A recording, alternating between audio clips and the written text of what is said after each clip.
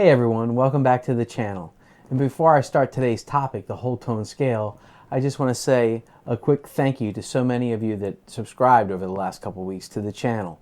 I'm really excited about the potential for the channel, and please look forward to a ton of content that I'm going to post over the coming weeks that will always have a PDF with it, that always will be free. Just email me at tlagana, T-L-A-G-A-N-A at comcast.net, and I'll get it out to you as soon as I possibly can.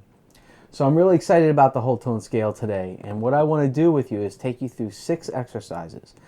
And my goals here are hopefully for you to gain flexibility, and I just love that term when it comes to music. I think of a ballet dancer or an athlete before a big game or a performance, and they're stretching out on the sideline or backstage so that they can reach their full potential. And I think that's exactly what these exercises will do for you. All the exercises I'm presenting today are exercises that I practice myself, that I feel I've gained that flexibility. So I'm really eager for you to check them out.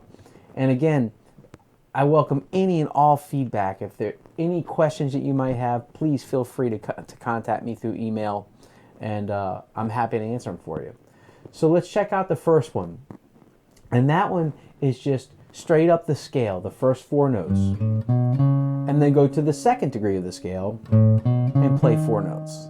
And then the third degree, and the fourth degree, and the fifth degree, etc.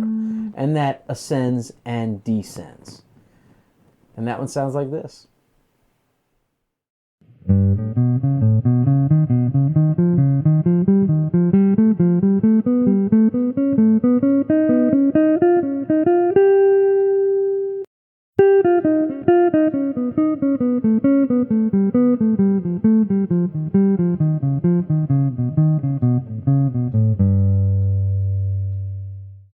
Okay, so the second exercise contains 2 major thirds. It has an ascending major third on the root and the third, and then it has a descending major third starting on the sharp 4 and down to the second degree. And then that's just going to keep repeating.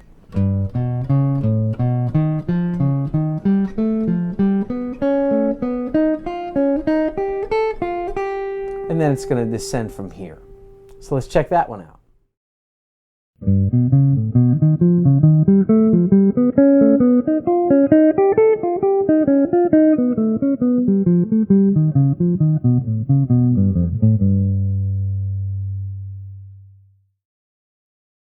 Okay, let's take a look at exercise 3 now. And the first thing I want to say is that I've transposed this one up a whole step to start on A. Remember, I haven't changed the scale. Every note in a whole tone scale can be a root. So the G whole tone scale is also an A whole tone scale because every note is a whole step apart from each other. I just did that so that you would avoid some open strings when you're first learning the pattern. I would recommend transposing the pattern down into those other positions that you might have to use an open string. But for right now, I just wanted the quickest way for you to sort of absorb the pattern itself. So I moved it up a whole step. So we're going to start on the A, and we're going to go up to C sharp. And now I'm going to enclose with a C natural and a B flat to that B. There's the double chromatic approach from below and above into the B. And now I'm just going to repeat that. And so on. Now it does get kind of tricky up at the top. So the fingerings that I've given on the PDF, please adhere to them exactly. I've got circled notes for the strings, and the numbers are your left-hand fingers. These patterns, you really have to stay ahead of yourself a little bit. Otherwise, you're going to run out of fingers pretty quickly. And it can get a little tricky when you're descending because of the fact that that second string is tuned differently. It's tuned to a third. So when you get to the top, take it nice and slow. There's where it gets funny, right there. And then it reverts back to the pattern again. Again, because that string is tuned to a major third. So let's check out how that sounds.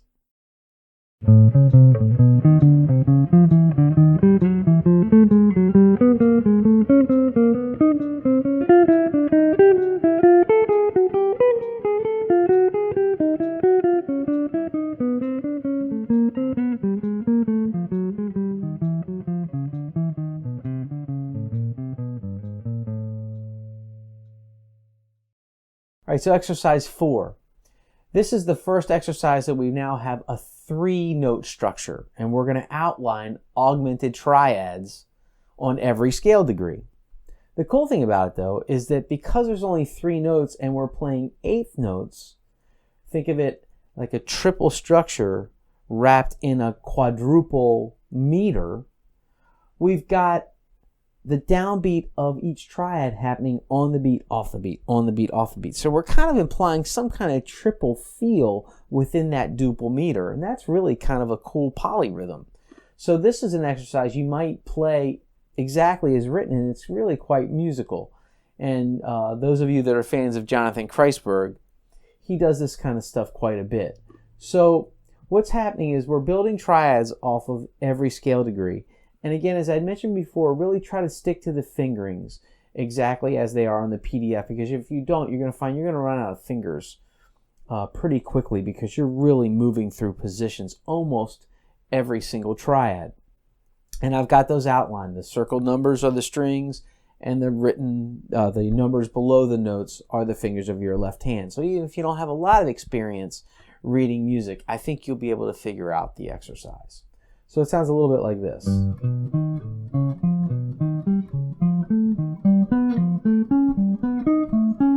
And so on, ascending and descending. And let's check that out now.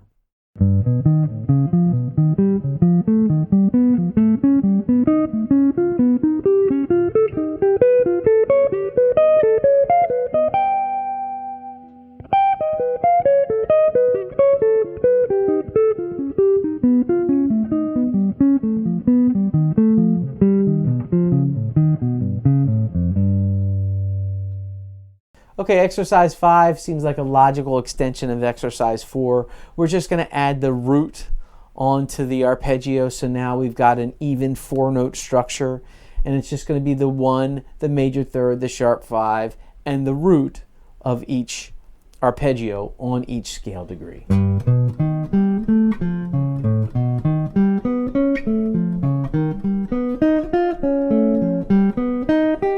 Ascending and descending. And it sounds like this.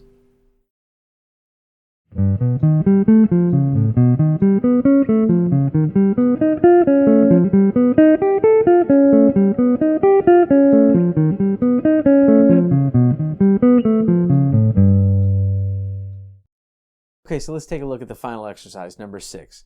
And there's some cool things going on here too. We're playing a complete augmented dominant 7 arpeggio. 1, major third, sharp 5, minor 7, and then the root. When we get to the root, though, the root of that arpeggio becomes the minor 7 of the next descending arpeggio. And we're just going to keep repeating that process. So we go G, B, D sharp, F, G. That G becomes the minor 7 descending, F, C sharp, A, B, and now we just keep doing that.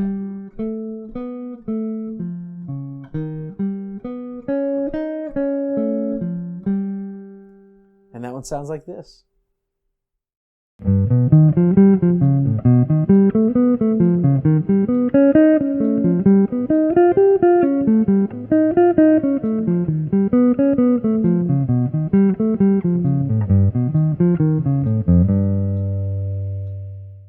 Hey everyone, that's going to do it. There's your 6 exercises to practice your whole tone scales. I hope they provide a ton of flexibility for you as you get more and more familiar with the fingerings. If you have any questions, as always, I'm happy to give you some guidance. tlagana@comcast.net will get you the PDF. If you haven't liked and subscribed to the channel, please do. It helps me out a ton, and I look forward to seeing you next time.